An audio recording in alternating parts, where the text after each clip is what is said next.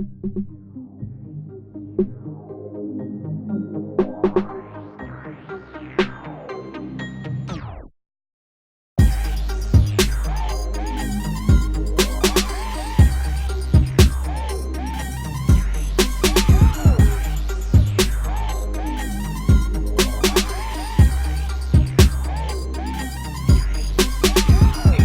are now tuned in to the Cosmic Convos podcast, your number one source for accurate, relevant, and thought-provoking astrological conversations in the podcast nation. The place where stars and minds align.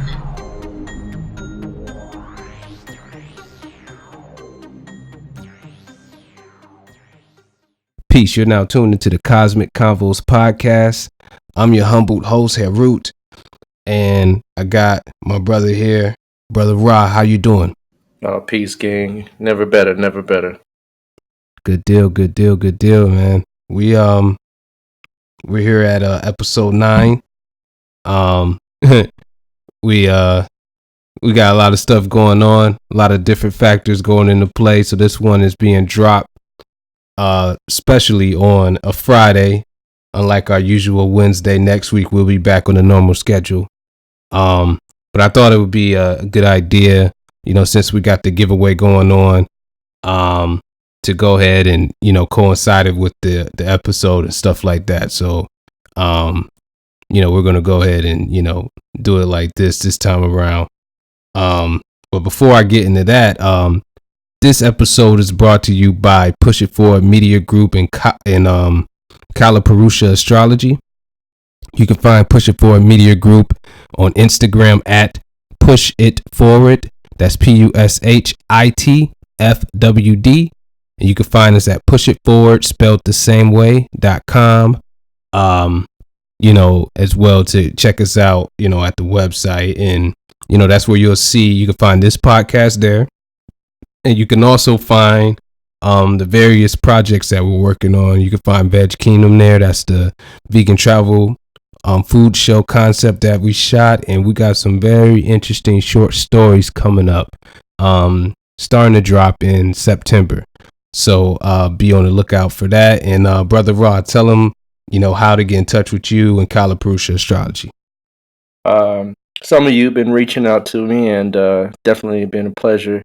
Interacting with the fan base, and giving y'all little pieces of the puzzle. A lot of y'all are really interested in astrology, which is a beautiful thing, because when you very first begin to learn it, it seems overwhelming, but when you have someone that can point out certain factors, things become very clear very quickly. So definitely stay in touch, keep studying, keep asking questions.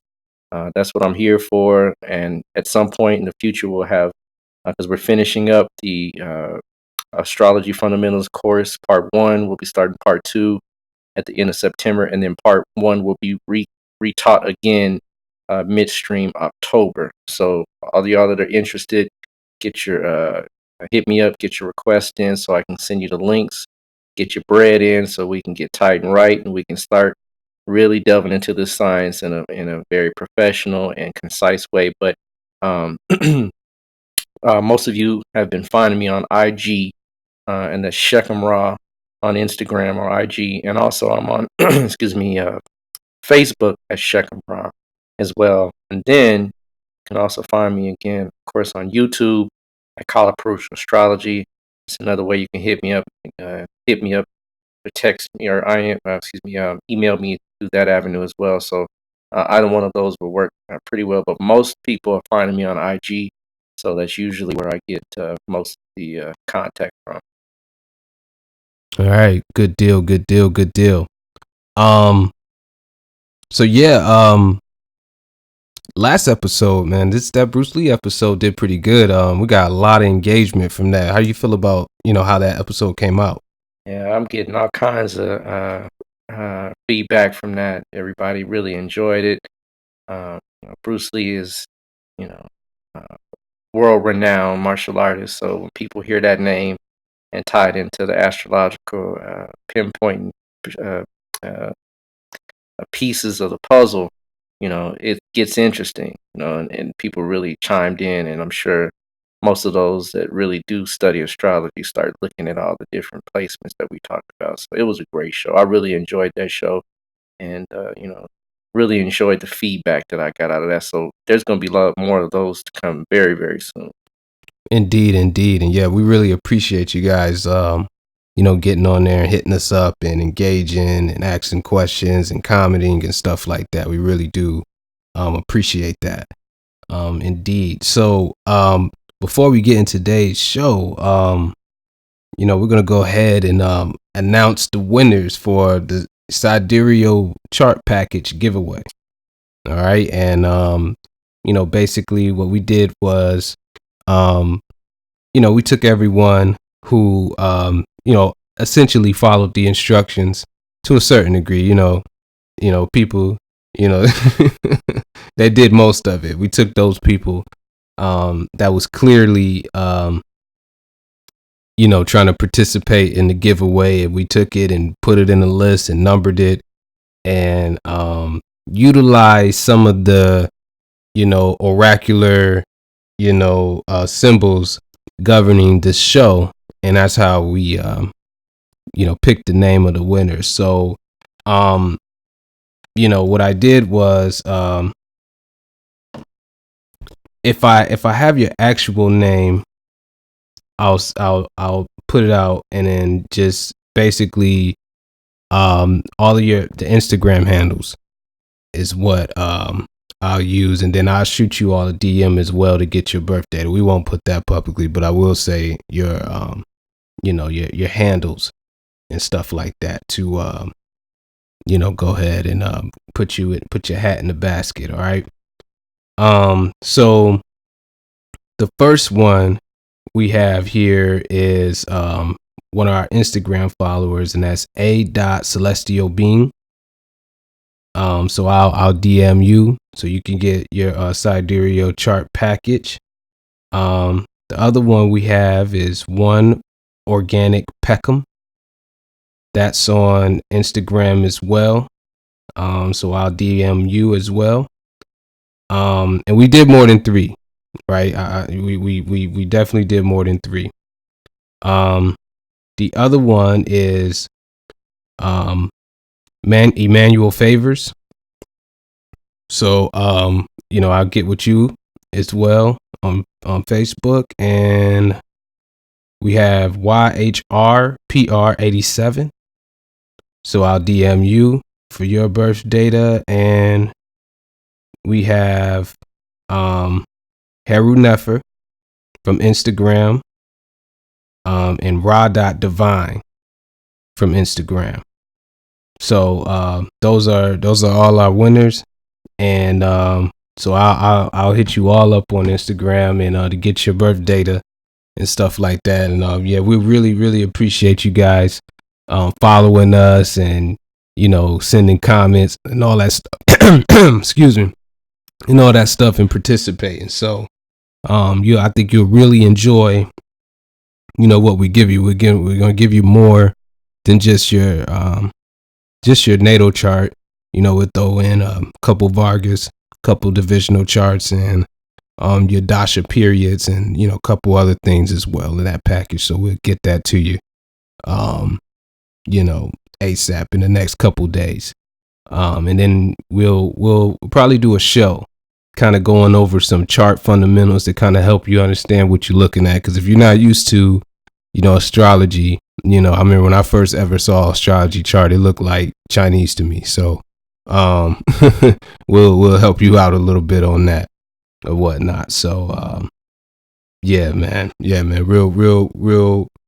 It don't seem like a lot, but the chart packages that you would get from any one of these astrologers will probably run you at least about $50.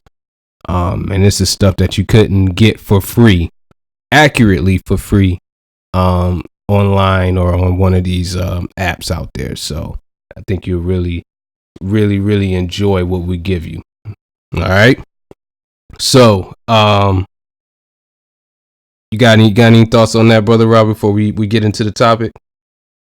The beauty of it is that when you get this information, it'll set you on your course to learning. You know, it really will put you in that position to move forward, to begin to analyze and synthesize the information, and it becomes a spark.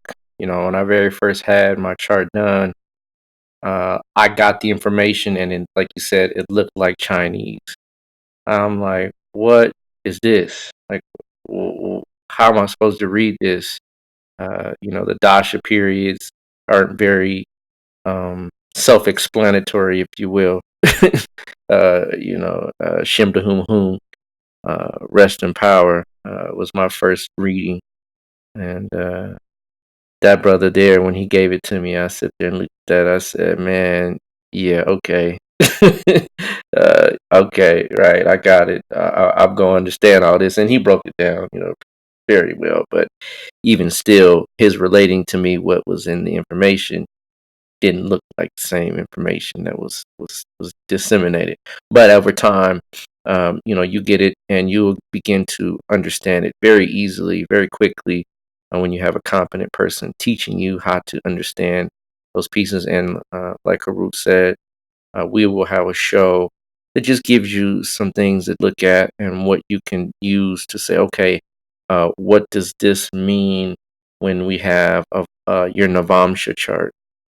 What is the general import of that? How do I look at it?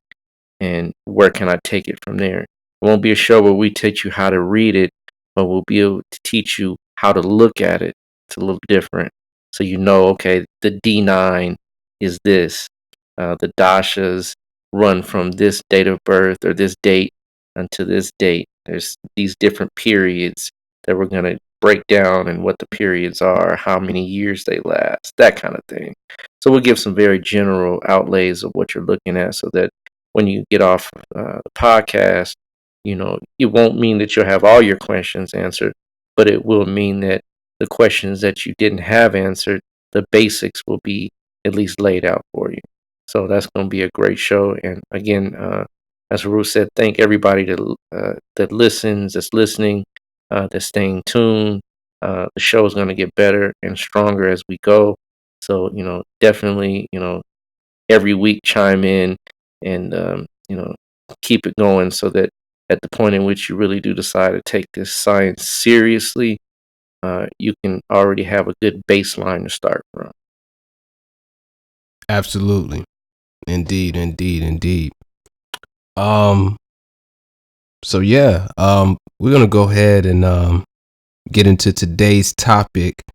And you know, kind of today's topic came from you know, I was talking to a brother a few weeks back, and this brother's very deep in the financial game.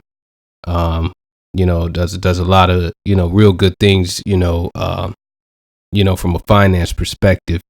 And he's also in astrology too. And he was like, you know what, man, like, you know, I don't have the time to listen about the political, you know, candidates and all that stuff like that. You know, I need to hear some stuff about the money and stuff like that, you know, and I definitely agreed with him as well.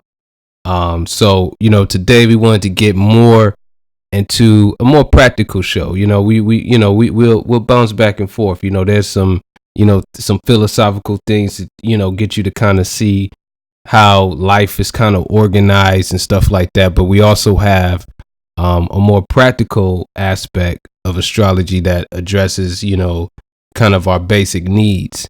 So today we're going to cover the topic of wealth and, you know, what to look for in a chart to see the wealth potential. And then we're going to cover, you know, different levels of wealth, because it's like they say, it's levels to this, you know. And we got a you know, couple of key conditions that we're going to get into, and we'll you know, mention a couple people that kind of fit these conditions to kind of bring it home for you. So I think, you know, this would be a real great show, and especially for you all who already have your chart, or you all who are going to get your chart from us.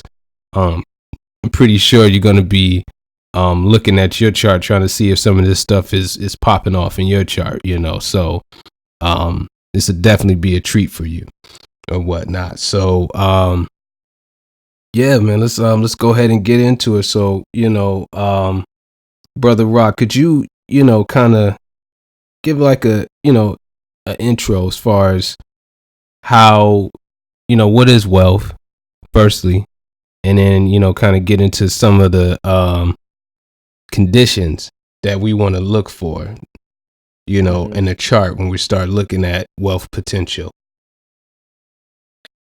Definitely. So, the one thing about this science is you kind of have to look at it from the perspective that uh, when you look at, for example, like a gem or a jewel, there's different cuts to the jewel, and so you look at the cut in one way, and you get this different perspective of the way the gem is going to refract light, right?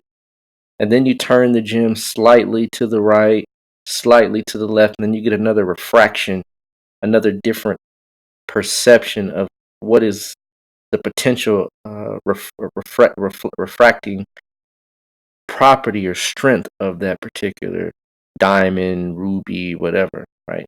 And then, of course, when it moves around, you get it all, right? You get all the different, beams and lights that come out of it. Well, astrology is very similar in that one thing has many different imports or different um, properties, if you will. So, wealth is a relative thing, right? It's not something that we all agree upon in the sense of the word that, what's wealthy to one may not be wealthy to another. But we do understand money, right? Money is a little different, right? Because if I say I got $500, you got $500, we both got $500.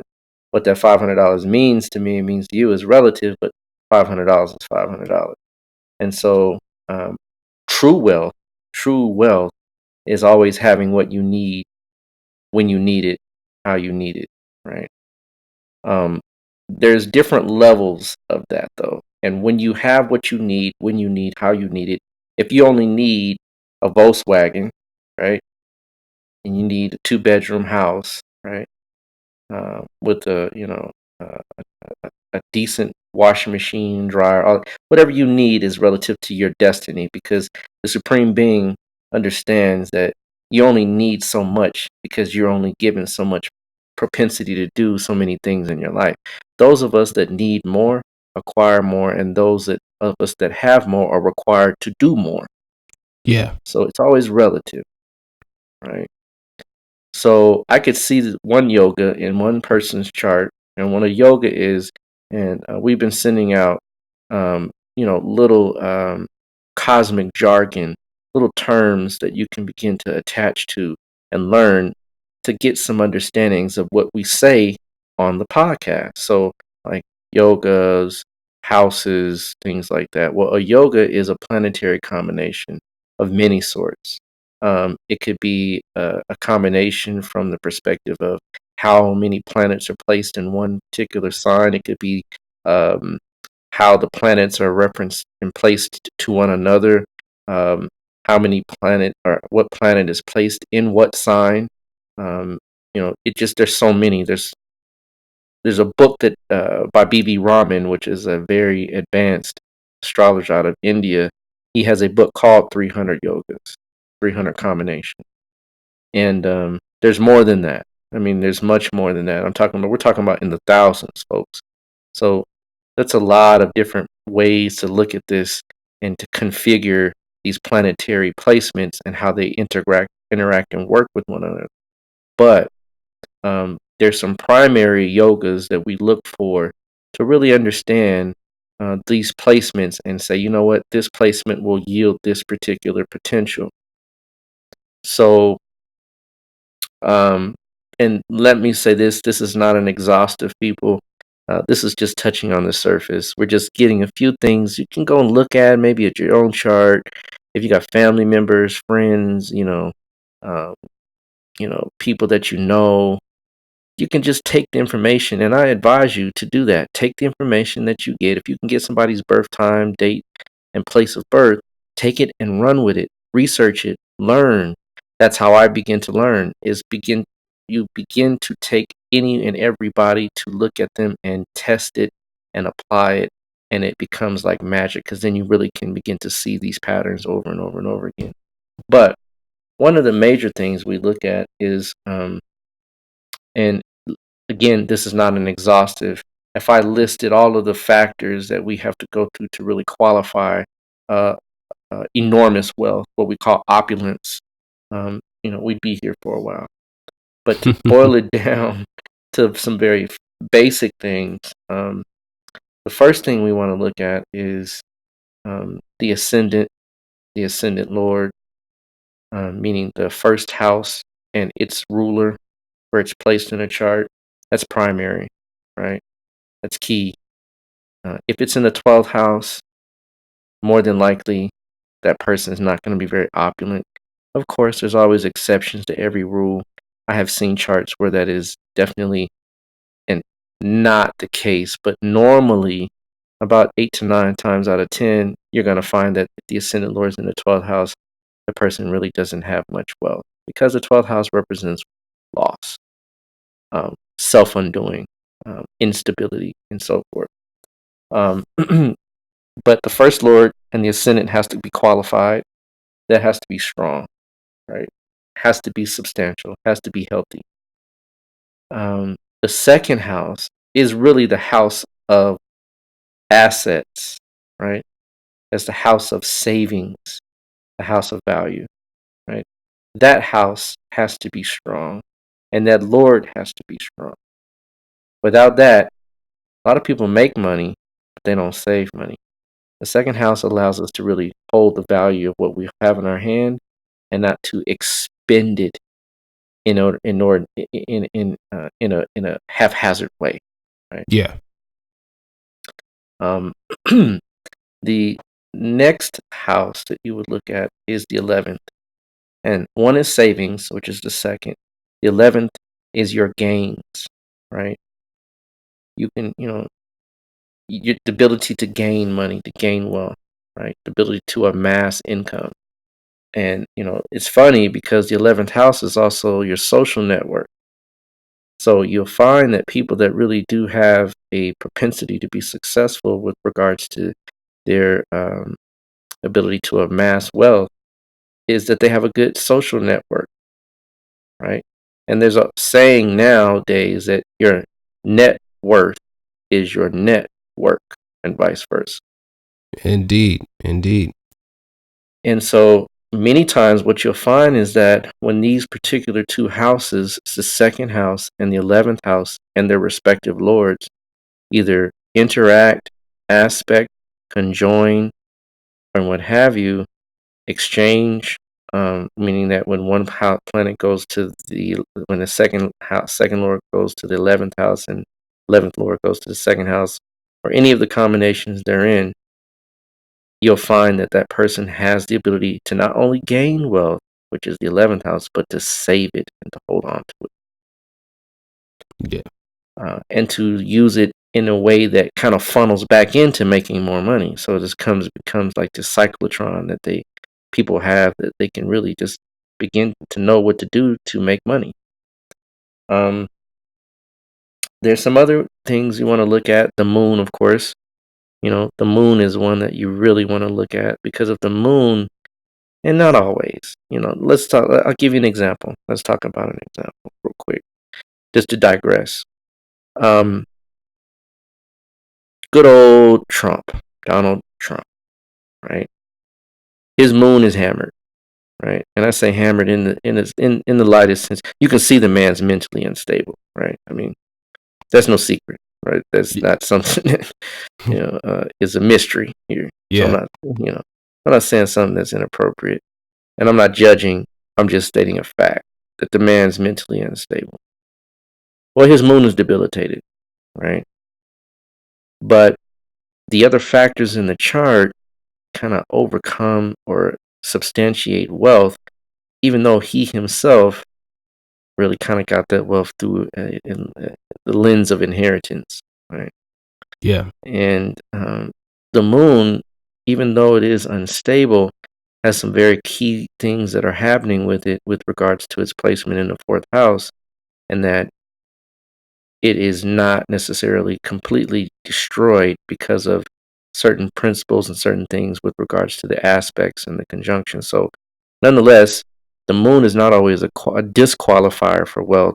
It just means you have to understand it in the context of the overall chart and how it plays out with regards to how the person manages their life in general. So, Yeah. just to use that as a sidebar, you know, the moon is a planet that is very sensitive. It is the most sensitive planet in the chart. So if the moon is completely destroyed now, it is in the fourth house. So the house is going to take precedence over the sign. Yeah. The house, wherever it is, if you're in a house, right, the house is the house. How the house is built, that's another thing altogether. But if it's the house itself has um, some import, some gifts to give to the moon, then the moon's going to be stabilized, even if it's debilitated like Donald Trump. And it's not only debilitated, but it's in an eclipse, which is a whole nother show, right? We might even do a show on Donald at some point just to have fun, right? But nonetheless, Yeah. It's right? funny.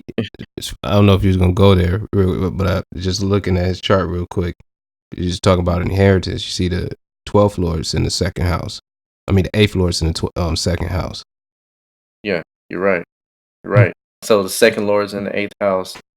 The eighth house is the house of inheritance, right? Mm-hmm. So money comes through, family wealth comes through the eighth house, which is other people's money or inheritance.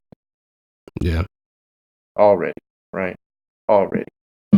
So back to what we were talking about with regards to how to look for these particular placements. So there's another thing called Raja Yogas, and Raja Yogas are when the first, fourth, seventh, and 10th houses, which are Kendra houses, are also called Vishnu houses, right?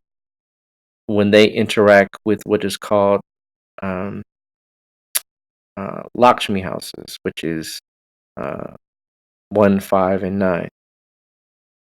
And so when any planet ruling the first, fourth, seventh, or 10th houses is either aspected or conjoined, the fifth lord or the ninth lord, which created what's called a Raj Yoga, and these usually can happen in any house, right? It could be a Raja Yoga on the 12th house, Raja Yoga on the 6th house. Raja just means king, like Yeah. Bobby Raj, like, right? It just means king, right? Um, Yoga, again, is a combination. So it's a kingly combination, a kingly connection, a kingly import. And everybody has these, y'all. Everybody has Raja Yogas. Everybody, right? I'm talking about, when I say everybody, everybody. And I mean, if Yeah. you don't have any Raja Yogas, you're probably an exception to the rule. And there's other yogas you're going to have that might even be more potent and powerful than those. So, I mean, this is just very commonplace. This is not uncommon. But you'll find that these Raja Yogas have a very special power to them, and that they're strong. They're placed very strongly in one of those houses that we mentioned. So um, that's another important. You want to look at Raja Yogas and find them in the chart, and you'll find a pattern of these over and over and over in a very um, auspicious placement. So we've already got second lord, we've got the 11th lord, we've got Raja Yogas, we've got the condition of the ascendant, we've got the condition of the moon, and like I said, this is stuff that we can go on and continue to build in a much more thorough um, podcast at another time. And I'm just trying to give you some basics to understand. So there's two different types of yogas that really do hone in, and that is mentioned underneath the second and the 11th lord and second and 11th house, called Dana yogas, and that's spelled Dhana yoga. Right. So Dana yoga is when the 7th lord and the 11th lord interact in some way, right? And the other piece of the puzzle is what's called a Lakshmi yoga. Now, remember I said the first, fifth, and ninth houses are the Lakshmi houses, right? Well, Lakshmi means this. Lakshmi is the goddess of wealth in the Santana Dharma um, uh, spiritual system, right? It's not Hinduism, right? Hinduism is a kind of a bastard word, if you will. It's really not the proper term for what is practiced. The proper term for what is practiced in India is called Santana Dharma. In Santana Dharma, you have an assortment of different principles, devas, and things like that, which they call gods, but they're really not. It's the same way in Kemet. They're called Netaru. They're called deities. They're not, right? They're principles or aspects of forces of nature. But Lakshmi is, quote unquote, goddess of wealth, right? Well, lakhs is actually a large number that they use to count in high value in India. I believe, I want to say it's 1,000,000, not 1,000,000, 100,000. I'll double check. Right? But lakhs literally means a goal. So when you have a Lakshmi yoga, which is the interaction, there's several ways it can be manifested in a chart. And we'll talk about some of these in some of the charts that we'll have coming up here very shortly. But a Lakshmi yoga is where you have the ascendant lord and the ninth lord either in the same house, meaning conjunct, or they're aspecting one another. And they usually have to be aspecting each other from a very prominent house, 1, 4, 7, and 10, 5, and 9. Now, second house as well can do this also. There is another one that shows where the ascendant lord is placed very strongly, and the ninth lord is in either its own sign or exaltation, right? Or placed very strongly. And so that's another form of Lakshmi yoga, meaning that these are yogas that literally give someone the decision to make an impact on the world through a goal that they have, and they complete that goal. That's what brings you wealth. It's completing your goal, getting your things done that you have promised to have done.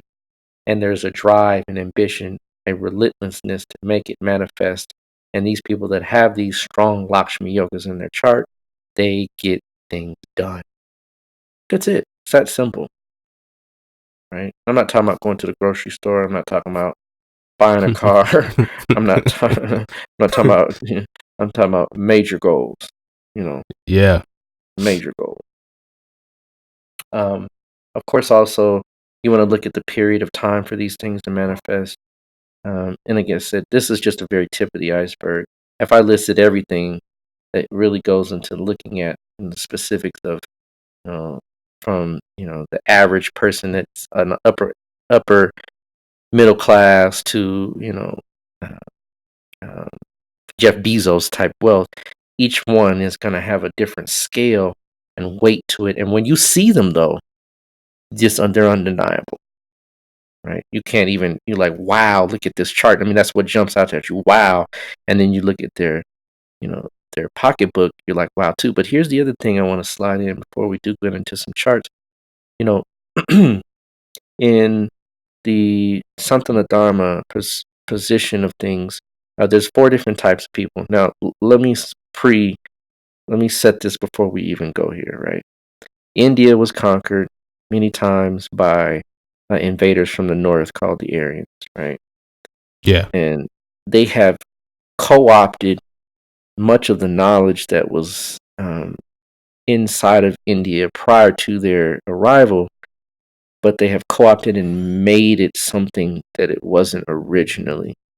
So they have 4 different classes of people, right? Now, I don't always agree with everything and everywhere because it serves to, in the I Ching it says it serves to further to eat away from home. Yes. Right? So we travel the world to get knowledge from the Asians, Chinese, from India, from Native Americans, from Kemet, everywhere, because the body of Asara was cut in 14 pieces, where each piece fell, a shrine grew. right? So we can go around the world and find the different pieces of knowledge that we can reconstruct the body of God, if you will, to get a full picture of what, full knowledge means. But India does have some very powerful imports and things that before the Aryans got there had some valid knowledge. They say there's 4 different classes of people, right? And this is called the Varna system. This is under the laws of Manu.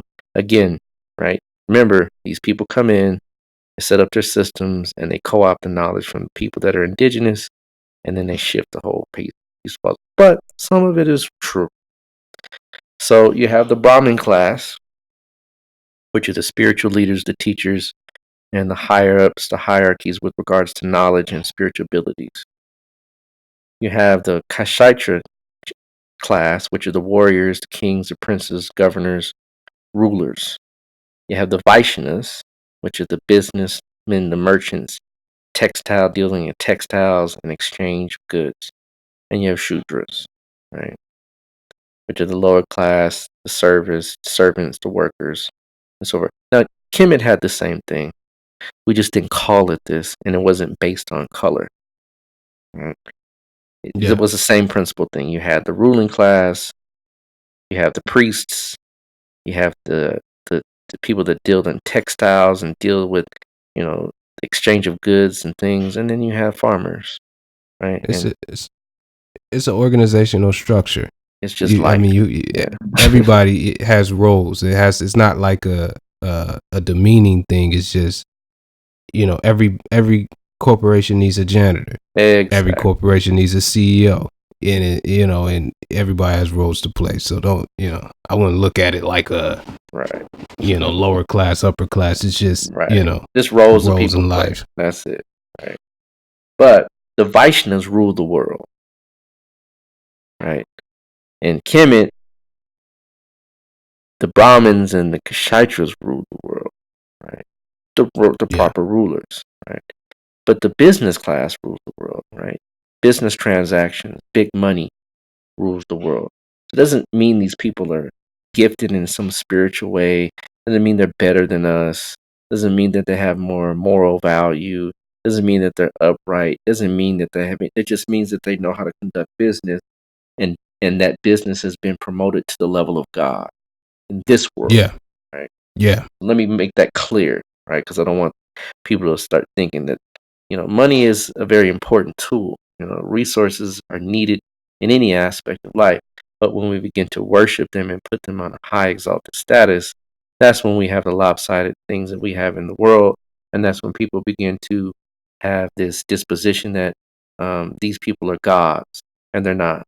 They just have goals and they meet their goals. That's it. And so what you have to look at is the time periods that these things manifest in, because there are very specific time periods for the unlocking of when karma unlocks, when karma manifests on the physical plane. And that's what the dasha systems are used for, and they are phenomenal. The dasha systems, the Vimshatari dasha system, which runs from up to 120 years, is the king of the dasha systems. There are other dasha systems, y'all. It's not just one, and I'm not going to get into a list of all of them, but the king of them, right, is Vimshatari, and it really is, because man's allotment in life is 120 years, so it matches perfect.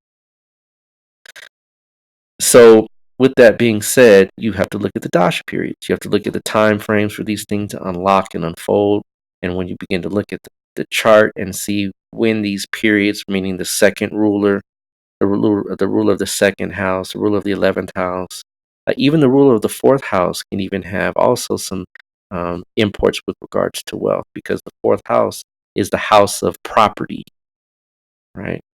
Immovable property, homes, cars, right?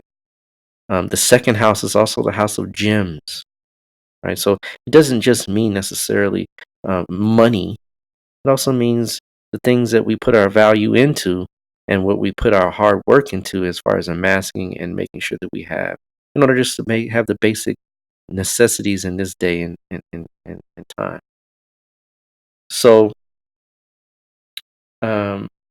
those are pretty much, what we look for. There's some other yogas and some different types of charts and different type of constructs that we look into, but we've already been in for almost 30 minutes, so we're gonna definitely start covering some charts and looking at some specifics around each person, and what those different things can mean around different levels of wealth.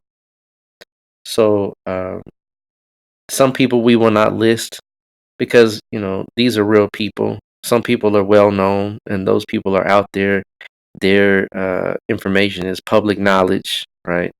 And some of them are not. One of them is not, so we won't disclose that individual's name. We'll just abbreviate the first and last initial, first name and the last name with the initials, so that we can speak about them with some anonymity.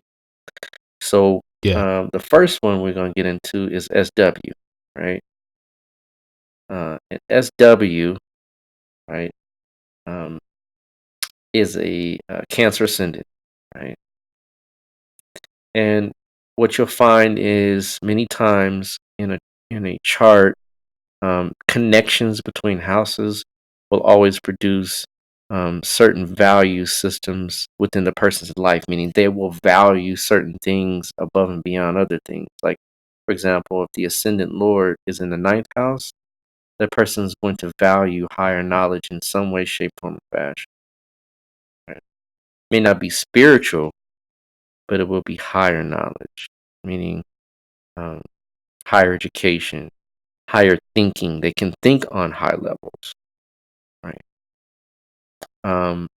If the ascendant lord's in the second house, like SW here, right? SW is a Cancer ascendant, so the moon rules the ascendant and is in the second house. It's in the sign of Leo. So right there, that means that this person's physical body, their basic life pattern, is geared towards second house matters. And remember, we said the second house means, well, right, money, resources, savings, right? Yeah. Your assets. Assets. Exactly. Yeah. Right. So this person's already geared from birth to be about that paper, right?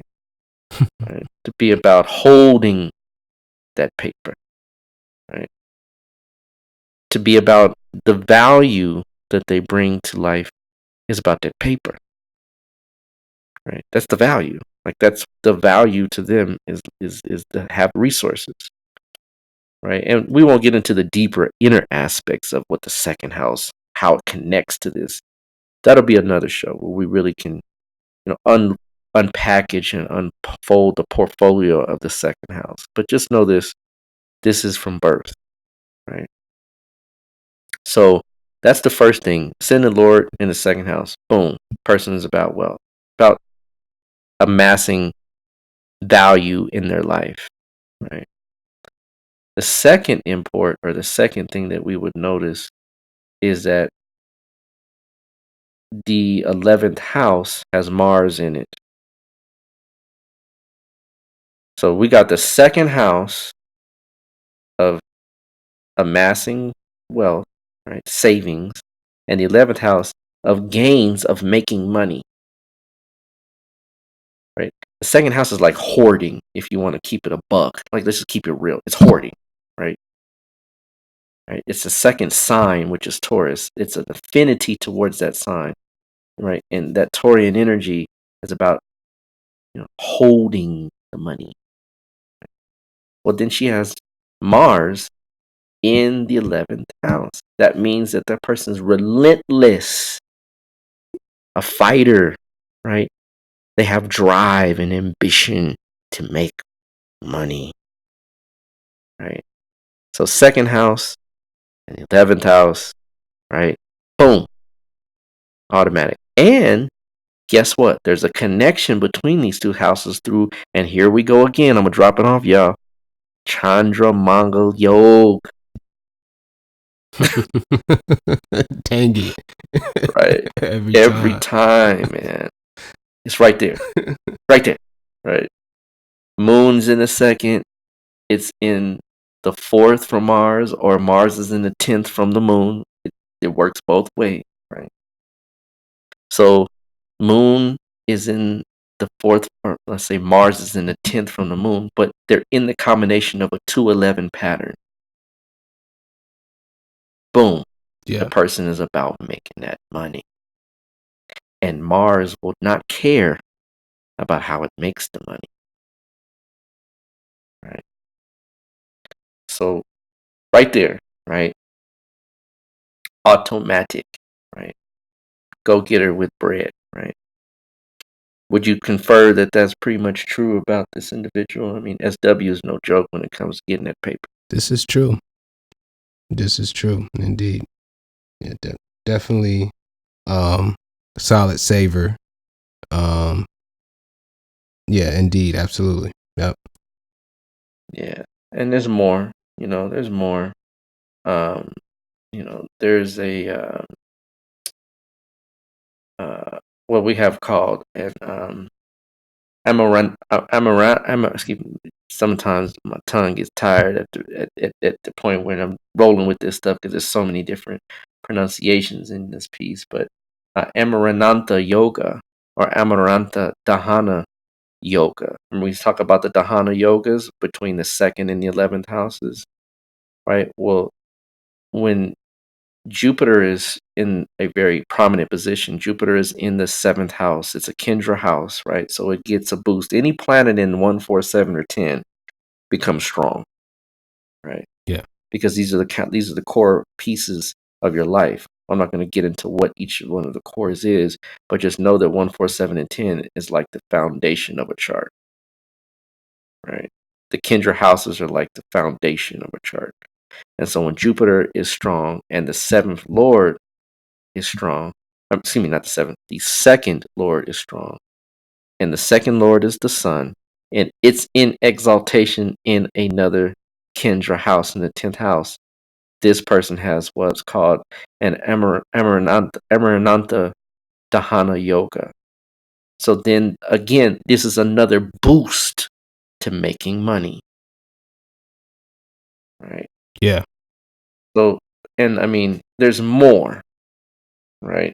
I didn't get into all the houses. You have the 5th house. You have the 9th house. Remember, we mentioned the 4th house. All these houses come into play. Right? Yeah. I didn't mention any planets. Right. Jupiter is the planet of wealth. Venus is a planet of wealth. Right. All of these things are playing into the chart very well. That doesn't make this individual a Bill Gates. Right. It doesn't make the individual SP, JP Morgan. It doesn't make them, opulent, but it does make them. This person's not needing for anything. Yeah. Right. Remember, we said what wealth is: having what you need when you need it, right? As you need it, and so forth. Right. So therein lies the result of showing you, right? And again, there's more, right?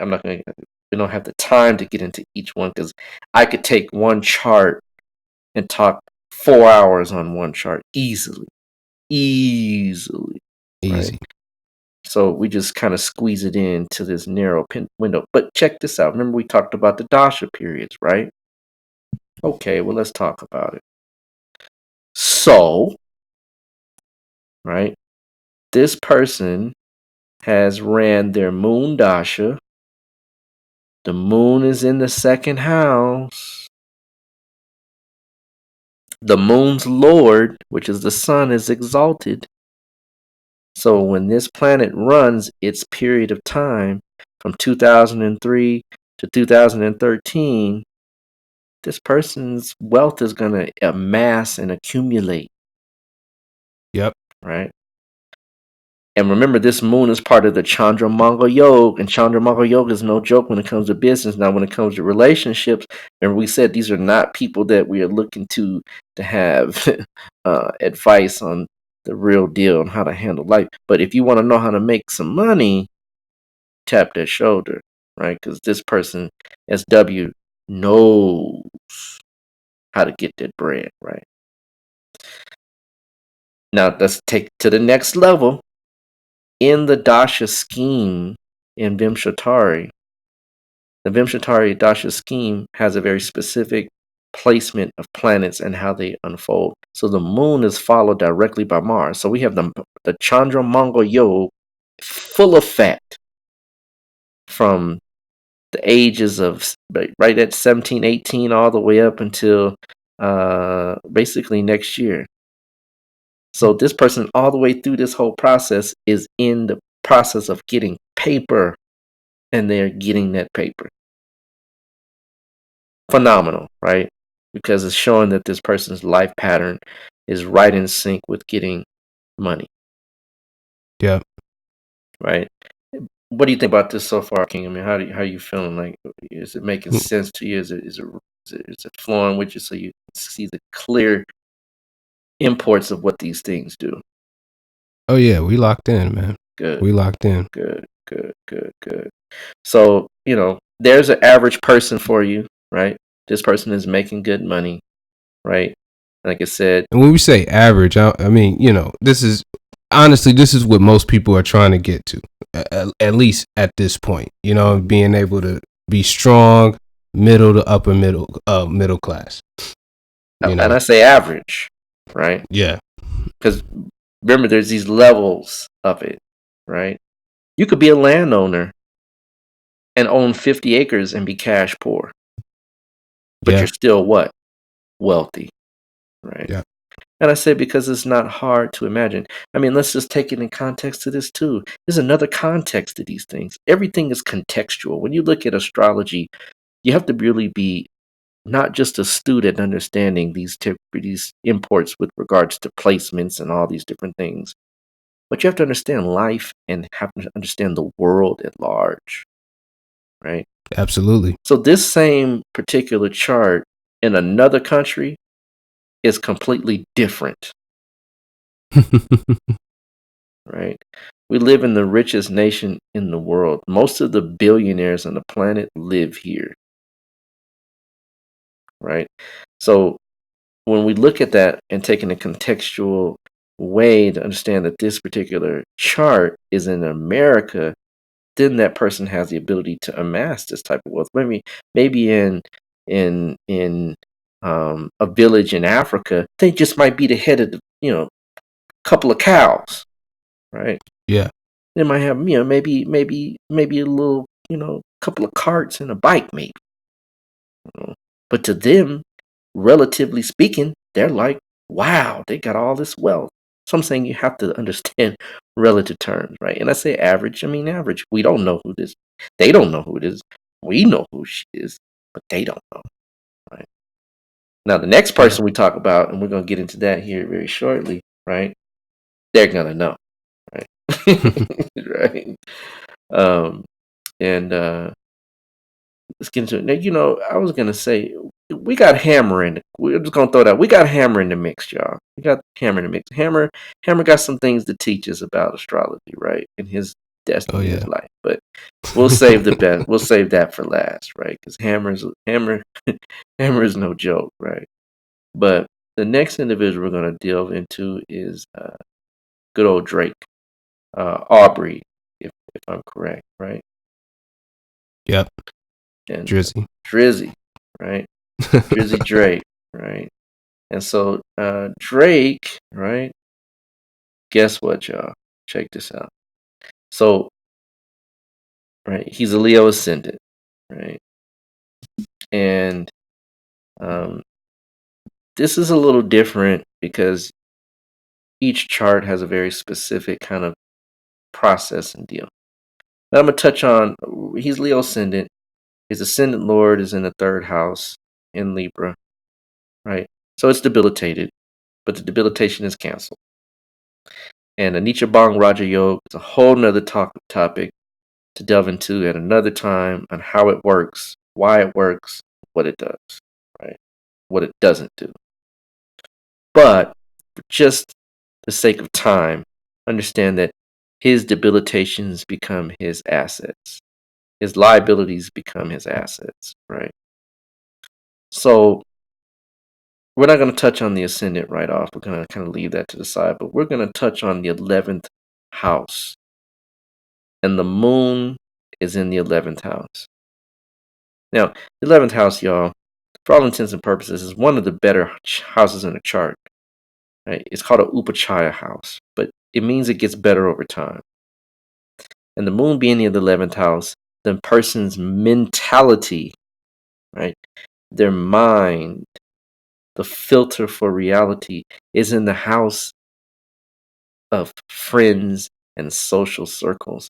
So this guy, he shines like the moon shines. The moon, unless it's completely dark, it's gonna shine, even if it's waxing, whether it's waxing or waning, it's gonna shine. Unless it's a new moon, unless the sun and the moon are in the same house, right? Same sign. That's the only time that the moon doesn't shine. But other than that, the moon is going to shine. And it's shining, it's reflecting, it's giving its soft light in the 11th house of people, social clubs, groups, networking, right? And so forth. So this person's mind is about making money, right? So some other things I want to mention just quickly. He has a very powerful Jupiter in the 7th house, which is aspecting the moon, which helps out greatly. And anytime Jupiter, which is the planet of wealth, is in the 7th house, either 1, 4, 7, or 10, the person is going to have some prominence with regards to income or gains, right? Expansion of his ability to expand, right? To grow, right? So that's number one, right? Number two, actually. Moon in the 11th, gains, income, social networking. Jupiter in the 7th, and the 7th house is business as well. Now, he's not some big, great business mogul or guy. He's an entertainer. We know that, right? Venus is in the 3rd house, which gives an entertainment skill, right?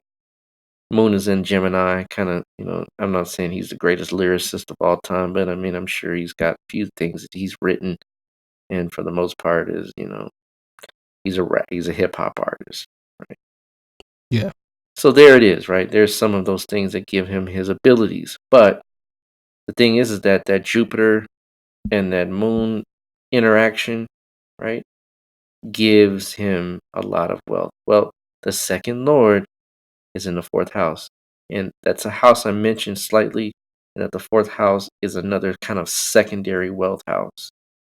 So right there, again, he's having the house of savings, the lord of savings, right, interacting with the 4th house, and the 4th house is immovable property. Inside of that, there is what is called a Parvatana Yoga, and that means that there is an exchange between the 4th lord and the 6th lord, or the 4th house and the 6th house. They exchange. They have one planet acts like it's in the other's house, so almost Mars is acting like it's in its own sign in the 4th, and Saturn is acting like it's in its own sign in the 6th. Anytime you have an exchange for good or bad, and this is kind of a mixed one, because the 6th house has some negative imports and the 4th house has some very positive imports. But they can't, it doesn't cancel, but it boosts. It gives it a power boost. And so that second lord with this planet, with this exchange, then also gives him the ability to amass wealth. Right? So right there again, right, we can see that these planets are playing out very well. Well, Mercury, right, the planet Mercury, is with Saturn, and Saturn's Dasha period is when he really began to take off. We're talking 09-ish, right? In fact, he's in a Saturn-Mercury Dasha period when his, what's the name of the song? What's the name of the album? So Far Gone. That's when his hit kind of took off, right? And Mercury also rules the moon, as we mentioned earlier, which is the 11th lord. So the second lord, 11th lord, is interacting with Saturn. Saturn's in the 4th, ruling the 6th. And then there's a Parvatana exchange between, right? And then Saturn and Mercury's lord, which is Mars, is exalted in the 6th house, which is very powerful, right? Very. If you want Mars to be in a house, that's the one you want it in, right? And it's exalted. And it's Parvatana, which is the exchange we just talked about. So there again, boom, wealth. Through efforts, though. That Through efforts. Through efforts. Not just where he didn't have too much to do. Through efforts. Right? that's why he also just aside, he seems Teflon like. Somebody try to diss him, they can't beat Didn't him. stick too well. Yeah. Didn't stick too well, right? Yeah. So again, it just shows, right? These things are right and exact, right? Right and exact. So, and I won't get into the other deeper imports and how these things kind of work and the whole bit, because there's much more to it than that, of course. But for the most part, this is what we're looking at with regards to, again, planetary placements, yogas, and dasha periods. Can't beat it, right? So, the second to last fellow we're going to talk about here, and give me a second here. This individual right now. Now we're getting to. So we started off with SW, right? Right. We're kind of working our way up, right? Because we're at Drake level, right? Money, right? And that's not chump change, right? You can spend it all in one life, right? But it's not chump change, right? Um, and that's something you and I would turn down in a heartbeat, I'm sure. And I'm sure none of our listeners would never would turn down that kind of money either, right? Nah, no doubt. We're talking about some good money here. And, he's making it. I mean, he's making it. It's not that he's just coming into it on his own. He's doing it all within the context of hard work and staying busy and so forth. The next individual we're going to deal with, now we're talking big money, y'all. Big money, right? $79.1 billion, big money, right? Mr. Warren Buffett. The Oracle of Omaha. Yeah, Omaha. yeah. Good old boy from corn-fed Omaha, right? Corn-fed, right? Being corn-fed. And I'm telling y'all, if y'all ever been to Omaha, and I'm not saying anything about anybody who's from Omaha, I got much love for folks in Omaha. I hung out in Omaha, had a good time. But for all intents and purposes, and I haven't been there in a while, but when I was there, it was a lot of corn. Fields of corn, right? I'm like, is there anything else but corn up in here, right? It's a state that you wouldn't think of that would produce individuals with opulence. Now, this is opulence, right? This is really opulence, right? We went from, and okay, I mean, let's keep it real, right? Jay-Z, okay, yeah, he's got $1 billion. Oh, right?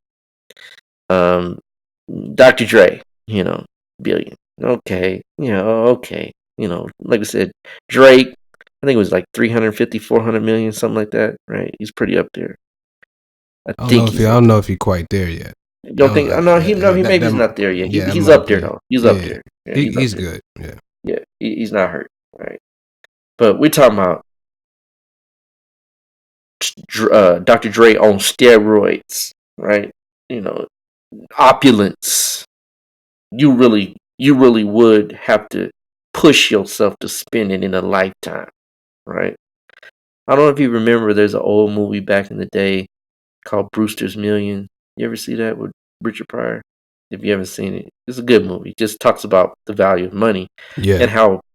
And I'm saying this to segue Mr. Warren Buffett in, because in the movie, Richard Pryor has a rich white uncle, and the uncle gives him $30 million to spend in 30 days. Now, this is in the 80s, right? So we're not talking about now, right? Because $30 million is really not a lot of money. I mean, it is, because I ain't got 30 million, right? Mm-hmm. I ain't got 3 million. I ain't got $1 million. I ain't got 300,000. Let's keep it a buck, right? But I'm saying that for all intents and purposes, today's values and those values in the 80s far different. So in the 80s, we're talking about 30 million, which is almost like 100 million now, right? Yeah. In the 80s, Richard Pryor was in a movie. His uncle died, left him 30 million, right? And he said you have to spend 30 million in 30 days. But you at the end, the stipulation is at the end of the 30 days, you can't own anything. You can't own anything. You have to spend it and own nothing. Now that's a trick. So what he did was he rented everything, right? Through these extravagant parties, right? Spent money just it's in a silly way, right? To Yeah. try to, but the caveat is if you spent 30 million and had nothing left at the end of the 30 days, you got 300 million. Or you could take just a million and walk off and be cool, right? So he went for the 30. He ended up getting the 300 million, but at the end of the whole thing, he was sick of money, right? He was tired of it. And those that are truly opulent have a different value system when it comes to money. Money is no longer an object, it's a tool, right? And so Warren Buffett is one of those individuals that literally, I mean, the guy is very frugal, Oh yeah. right? Money to him is not the same thing as it would be to us, right? And I'm not saying that he's any far better than us. I'm saying that in perception of what it is that he has, the value of it changes based on who you are and what you have. So again, right, bar none, right? This man is opulent, right? And in his chart, rightfully so. He has a second lord in the first house. So when we see this second lord start interacting here, all of a sudden, boom, right? Boom, we got money, right? He has some other yogas. I'm not going to get into all the yogas because we're running out of time. But just know the second lord in the first house is almost the same. It's similar, not the same, similar to the ascendant lord being in the second house, and we talked about that already, Yeah. right? So the second lord is in the first house, meaning the person has the value of savings and the value of amassing wealth in his destiny from birth, Yeah. right? Now he has a Lakshmi yoga, right? And the ascendant lord is strong. When I say strong, the ascendant lord is in the seventh house, meaning that it gives strength. And remember, we go back again. The Kendra houses 1, 4, 7, 10. Any planets there are given strength. Well, the ascendant lord, the ruler of the chart, is in the seventh house, given strength.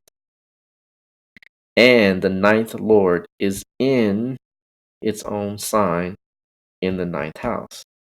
So therein lies our Lakshmi Yoga. Right. Now, there's other things going on, right? K2 is in the 11th, and K2, which is the southern node, right? Or they call it the dragon's tail, is in the 11th house. The 11th house is an Upachaya house. It is one of the best houses, again, other than the ninth house. It is a very powerful house when malefics are placed there, meaning any type of malefic, meaning Sun, Mars, Rahu, K2, Saturn. Any of those four, right? Actually, five, when they're placed there, they get power. And it makes him filthy rich. Right? Filthy rich. Now, he has other yogas. He has what's called a Bahadra yoga, which is Mercury in the 10th house. He has Venus in debilitation, which is canceled, also giving him some boost and powers in the 10th house. So a lot of things going on with regards to his wealth and powers. But Saturn being in the ascendant also gives him that frugality, that ability to say, you know what, it really ain't all that important. When I can wear a regular suit, I can drive an average car, right? I don't have to have the Beamers and the Benzes and the Bentleys and all the B's that go with it, right? Yeah. The bling bling and whatever else, right? He is very frugal, right? But that frugality comes in with that Saturn in the ascendant. Now back to dashas, right? And this man is quite old. I mean, he's 88 years old, so he's been through a good number of dashas, and he keeps on kicking. If you live 120 years, you get all the dashas. So we can pretty much go back and find any dasha that he's been in but he does start off in Saturn. That's kind of odd, right? Because Saturn starting you off, you start off poor, Yeah. right? But remember, Lakshmi calls those goals out, right? And I'm sure when we go back and look at his right, he's in a K2 period from 22 to 28, or 22 to 29. That's when I'm sure. I mean, and this man runs business schools. He creates business schools, right? So, bar none. I mean, the man, I'm sure, throughout K2, throughout Venus, right? Those two periods, I'm sure, amassed great deals of wealth, right? Great deals of wealth. So now we're going to slide into another aspect of this, and there's some other qualifying factors or qualifications that you want to be mindful of, because there's another side to this. Just like you have a dharana yoga, you have what's called a dridra yoga. A dridra yoga is the opposite effect, right, of the dahana yogas. And what happens is that there's several combinations, right? I didn't give all the combinations because we don't have the time. This is not a class, but this is something that we can use to just kind of get our feet wet, get our palate wet, get our tongue ready to taste the knowledge of astrology, and that we can start to use these things and look at different people's charts and understand why they might be wealthy or why they might be impoverished. Or Yeah. the impoverished side is the Daridra yogas, right? And the Daridra yogas is when, and there's so many combinations. Like there's more Dahana yogas that I've mentioned, right? Than just the second and 11th and so forth. You have second and ninth, second and fifth, and so forth, and 11th. All of those are Dahana yogas. They're Yeah. all are. Right? They're all different imports. But we're going to talk about the effects of what happens when the opposite types of things take place. And we're going to use that in light of good old MC Hammer, right? Hammer time, right? Hammer, don't hurt him, right? So Hammer, which is, he was balling at one time, right? Hammer had it going on, right? Stanley Burrell is his, um, official name, right? He's a Gemini ascendant, right? Gemini ascendant, and we're not going to give the times and places because this is probably pretty much public knowledge. If you really want to know about these charts, you can go to a website called Astro Data Bank, and Astro Data Bank usually has these times, and there's a rating system for the times. So we try to bring you strong charts. We try to bring you people that have strong um, data, right? So that we don't just guess and kind of just go off the wall. And these charts are rated uh, either from birth certificate, which is an AA rating, all the way from A rating, which is family members or they themselves talk to their mothers, or in close members that are reliable in the chart, all the way to B's, all the way down, right? But this is a very strong chart, in that it's stated that his birth certificate is the source of the data, right? Yeah. And so there are yogas that create poverty, destitution, right? And literally misfortunes, right? Miseries. Um, and let me say this again too. Let me make sure I make myself clear here, because I don't want folks to start going wild and start looking at everybody's chart. Oh, you're gonna be broke. No, you have what is called a will. The more that will comes into manifestation, you can change the course of your destiny. Right? Absolutely. And so I don't want to limit folks to their charts, because this is not really the way it works. But you have to be a divine being to change the course of destiny, right? It's not a task that is bequeathed to most of us to do, because we haven't really worked on our will. And the will, when it becomes like a laser beam, right? When it can pierce through reality and cut and carve new things into the destiny, then you can shift. But for the most part, the chart is about 80 to 85% accurate, within the range of 20 to 15% of the small smidget of developed will that we have to kind of just navigate the little challenges that we are met with. But for the most part, everything has been bequeathed to us as a set of challenges. Even those that are wealthy doesn't mean they have a developed will. They have a developed business sense. Different, right? So, the planetary combinations that produce what is called a Dridra Yoga, right? And the Dridra Yoga literally is a yoga that literally snatches the wealth, right? It takes it back, right? It puts you in a position where, in Dridra, let me spell that for you: Daridra, Dridra Yoga, right? Is when the 8th or the 12th lords interact or infect, right, one of the other major placements that we talked about: second lord, 11th lord, right, even the 5th or 9th lord, and therein and so forth. When those are infected or affected by these particular placements and these yogas, then the wealth diminishes, right? It goes away. Well, Hammer, good old Hammer, right? Hammer has Rahu in the second house. Now, let me say this: Rahu in the second house can give big money. Big money. It can give a lot of money. It can amass wealth. Because Rahu is a relentless beast. Rahu is the dragon's head. And the dragon's head is detached from the body, meaning it can never consume. It can only taste. You ever seen that movie, Devil's Advocate? Oh, yeah. Remember Just when watched that not too long ago. Right, that movie is Rahu.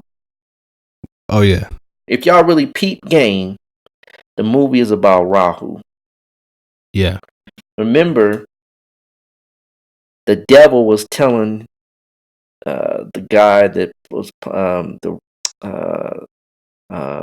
Keanu Reeves, his character was being talked to by the devil, and he was kind of telling him how God, quote unquote, has played a trick on man, right? Well, he's really, the devil's the one that's really operating this thing here, but he's kind of making fun, and he says, God says, look, but don't touch. Yeah. Touch, but don't taste. Taste, but don't swallow. Right? That's Rahu. Yeah. Right? Hey, you can have a little bit, but you can't consume it, because Rahu is the part of the dragon that the head has been removed. So literally, it can never consume. It can only experience. You mean the stomach, right? Yeah, it can't consume and digest anything because it has no body. Yeah. It's just a head, right? And so this head can only it can taste, but it can never be satiated. It's insatiability. Now, that can be good sometimes, because if you have an insatiability for knowledge, right, knowledge just can't be consumed anyway, right? So that can be beneficial, right? And that's called a Guru Chandal Yoga, right? Guru Chandal Yoga means that you are literally a rebel against the mainstream of religion in today's times, but you will literally be relentless about getting higher knowledge. So it can be beneficial. I know about that. Right. Right.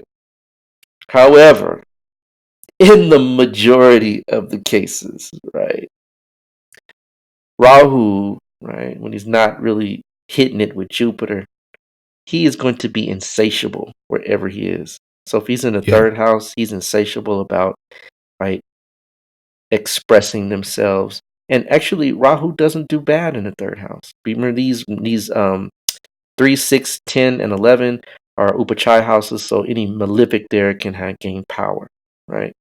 But Rahu's in the second house in good old Burrell's chart, good old Hammer. Yeah. Now, I got Rahu in the second house, right? And it means you can amass wealth. You can amass a lot of wealth, And I've already been through my ride, Tasha. And thank you, but no thank you. I wouldn't want to go through that again. Right? Hold up. Right? Shoot. I'm good, right? I'm good, right? And I didn't have divine knowledge. I had a whole lot of other things I shouldn't have had, but I made it, right? Yeah. Right? I walked out of there with a t-shirt and a bullet wound, right? So, right? T-shirt and a I'm bullet good, roll. right? I'm good, I right? survived Rahu. Hey, I survived Rahu. We need to make some t-shirts, right? And put it on Cosmic Combo. I survived Rahu, right? Yeah. But Rahu in the second house can make you insatiable about money, right? To make you insatiable to the point where you do any and everything for it, right? It gives you kind of a strange early life too, and I'm not going to get into that too much because that's a whole nother divergence of the conversation. But for the most part, it does really make you. It gives you ability to make money. It really does, right? Because it's in the second house of savings and assets and wealth and right value, right?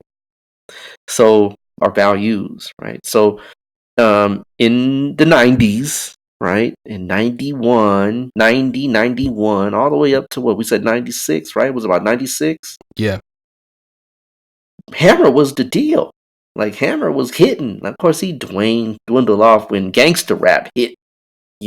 Hammer Time was trying to compete with gangster rap. So he kind of got stomped out by NWA and DJ Quick and MC8 and all them Snoop Dogg and Tupac and all them stomped him out, right? But he still, for the most part, because Hammer was family kind of music. You didn't have to worry about your kids turning on Hammer, and Hammer wasn't talking about shooting up nobody and that whole bit.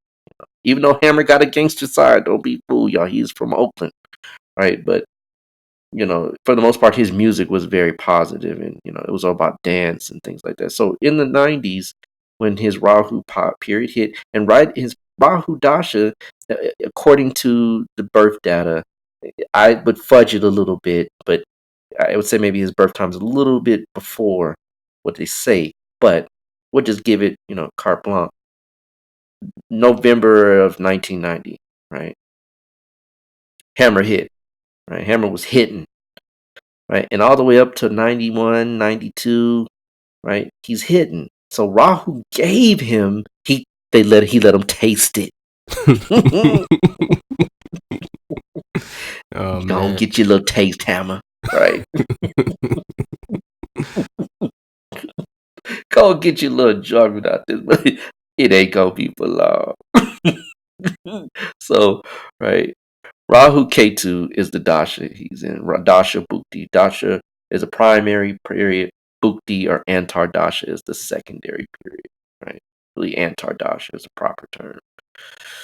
So Rahu Dasha, Ketu Antar Dasha, right? He is getting it, right? Getting that bread, right? And K2's in the eighth house because they're always 180 degrees. Rahu and K2 are always 180 degrees apart. They can never be united per the story where Svabhanu was cut in half and Rahu, right? And K2 were two separate halves of the same whole, right? So they're always 180 degrees apart. Yeah. So K2's in the eighth house, right? With Saturn and the moon. So all throughout 90s, right? But in 95, I would bet, right? And here's the thing. He has Venus in the 11th house.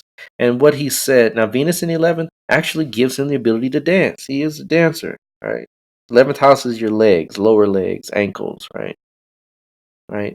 Gives him the ability to dance. I mean, Hammer's, he's a dancer, not a hip hop. He's not a rapper. He's a dancer. Yeah. Entertainer. He's an entertainer. Let's say that. So that's where he gets that from, Venus in the 11th.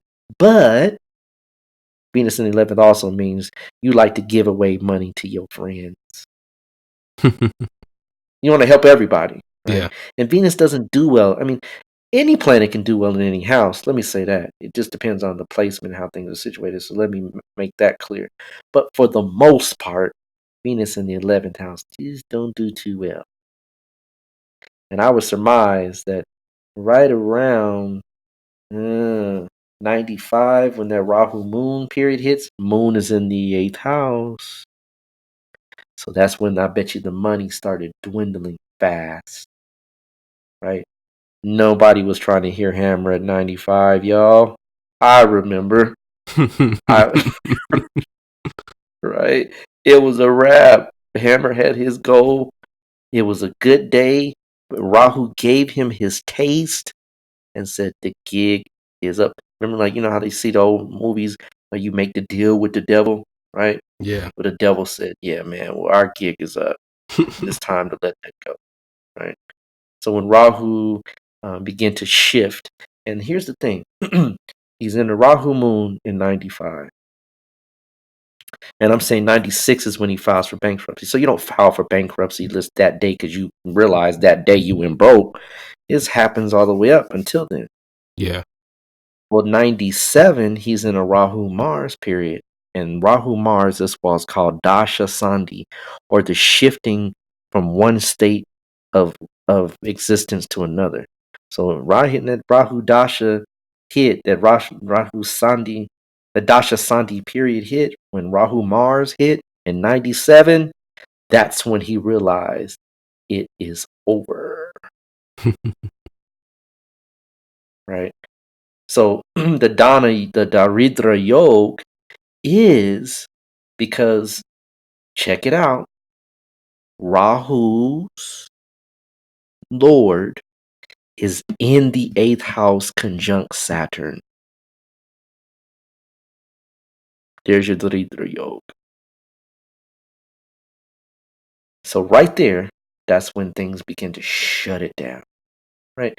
And I'm saying that it wasn't Saturn that did it. It was the Rahu Moon period in October of 95.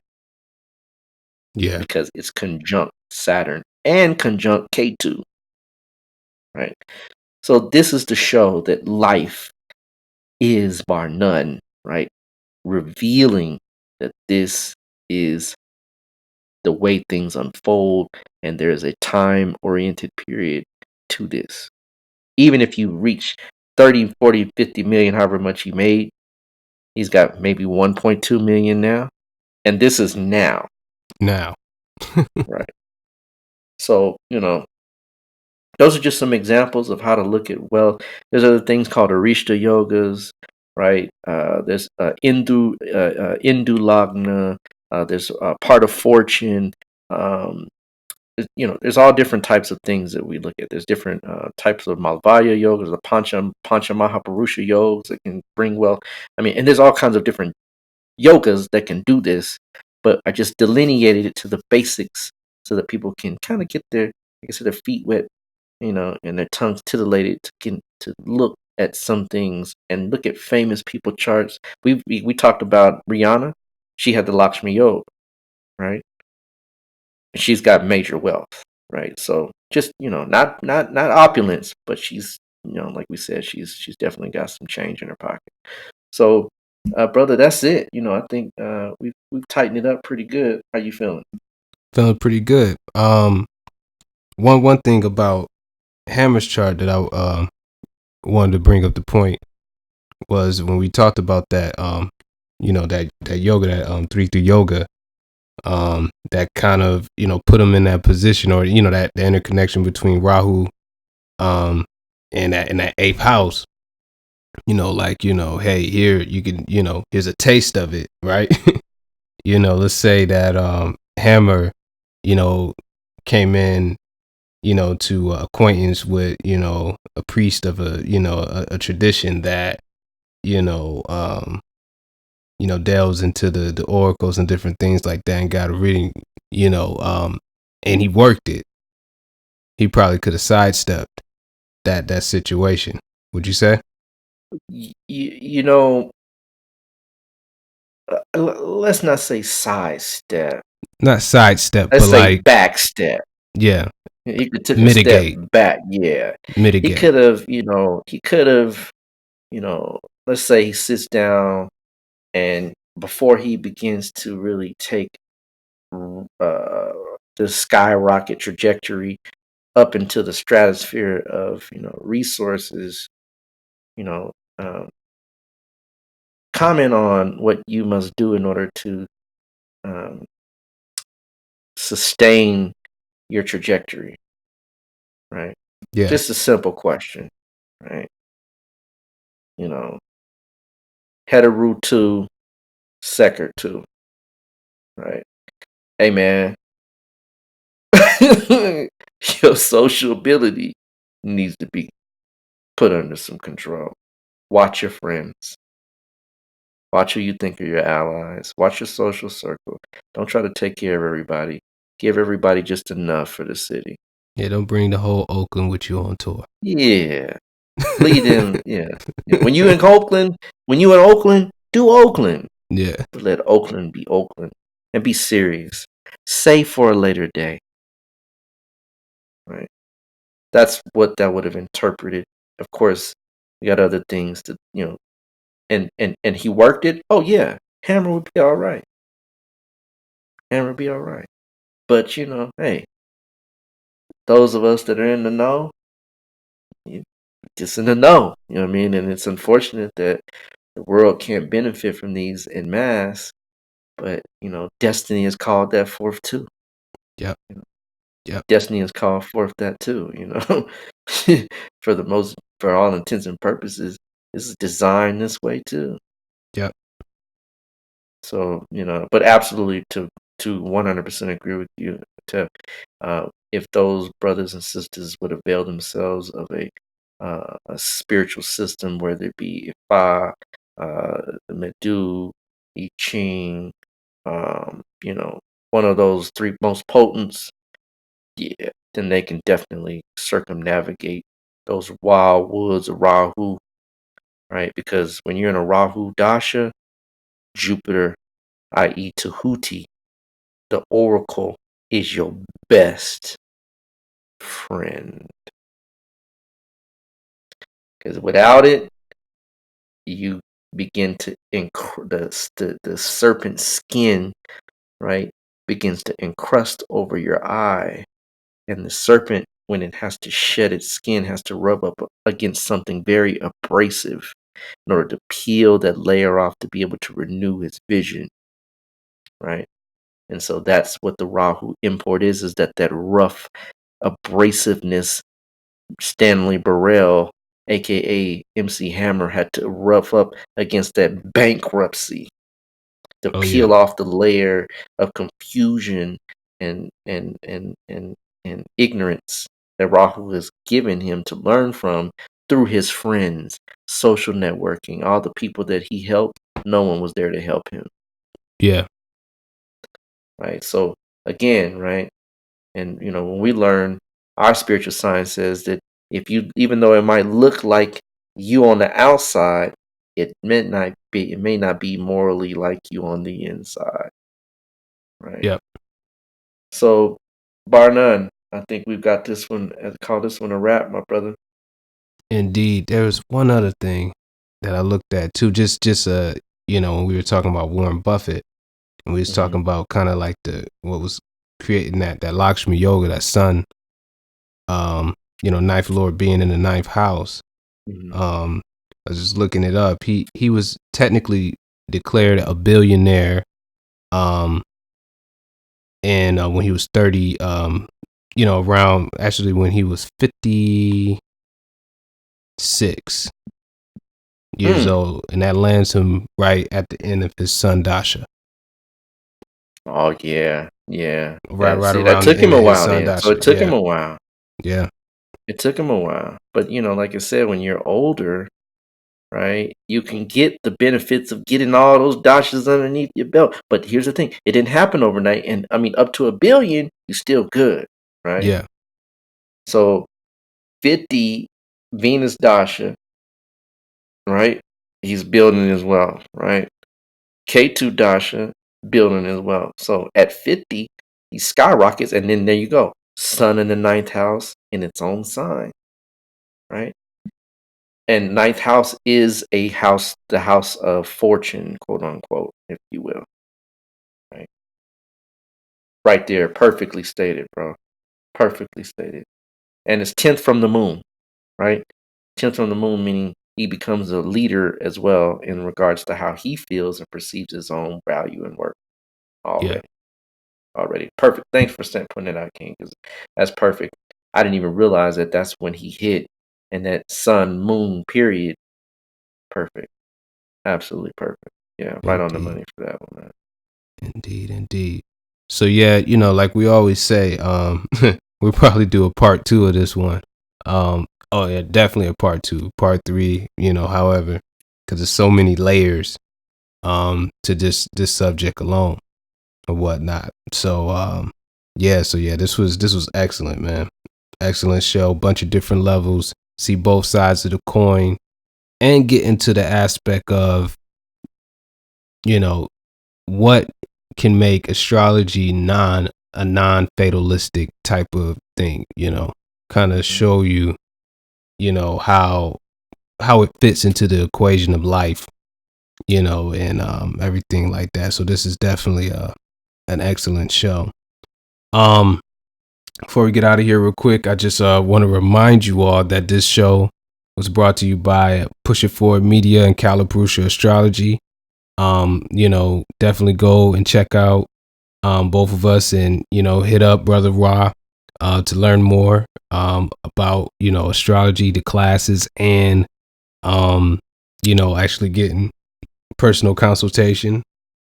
As you can see, very, very, very thorough in this particular subject, and definitely won't be it's an investment. Let's put it that way, right? You can have, if you could be Hammer at that time and talk to a competent astrologer, you might be able to mitigate what's coming down the pike. So I definitely wouldn't sleep on that. Yeah, indeed. But like I said, congratulations to everybody who won the free sidereal chart package. I will be DMing you by the time you hear this. You will hear this on Friday, and I will definitely DM you and get you, try to get your data so we can go ahead and get that package out to you. Brother Rod, you got any words to say before we wrap it up? No, my brother. Like I said, these shows are definitely ones that drive it home with regards to science and potency of this particular form of astrology. You can do this with Bazi. You can do this with any competent form of astrology. Not to say that all are competent, and not to say that the ones that aren't competent are fully incompetent, but you must use certain sciences to extract certain pieces of knowledge that are unalterable with regards to how things are set, and they are set in a way that is been witnessed over 6,000 years of information and testing and vetting. Yeah. Not something that has been tested minimally and not really understood in its entirety by what we would say the Western man, right? So, avail yourself of these sciences, y'all. See what's on the horizon. Know your destiny, right? Know how you're supposed to walk, when you're supposed to walk, and where you're supposed to walk. And you'll see that these sciences can literally change your life. They can change your life and those of the lives around people that are around you, your children's lives, your mother's lives. How many of us would have loved to known if we have someone in our family, hey, go check yourself out at the doctor. Well, what do you mean? How do you know that? Just go. They get to the doctor, they find pre-stage cancer, they knock it out. You're looked upon as some kind of miracle worker. No, I just looked into destiny. So Yeah. avail yourself of these services, y'all, because I'm telling you, I've helped many, many, many, many, many people. And those of you out there that don't listen, You know, you get that whooping real good, don't you? You get that whooping real good, and then you look at the signs and say, you know what? It's real. Oh So yeah, definitely take advantage. absolutely. So on that note, make sure you stay tuned, subscribe, follow us on social media, and look forward to next week's show. All right, thank you all for listening, and we'll see you. We'll be here live Wednesday, normal time next week. We out. Peace. Peace.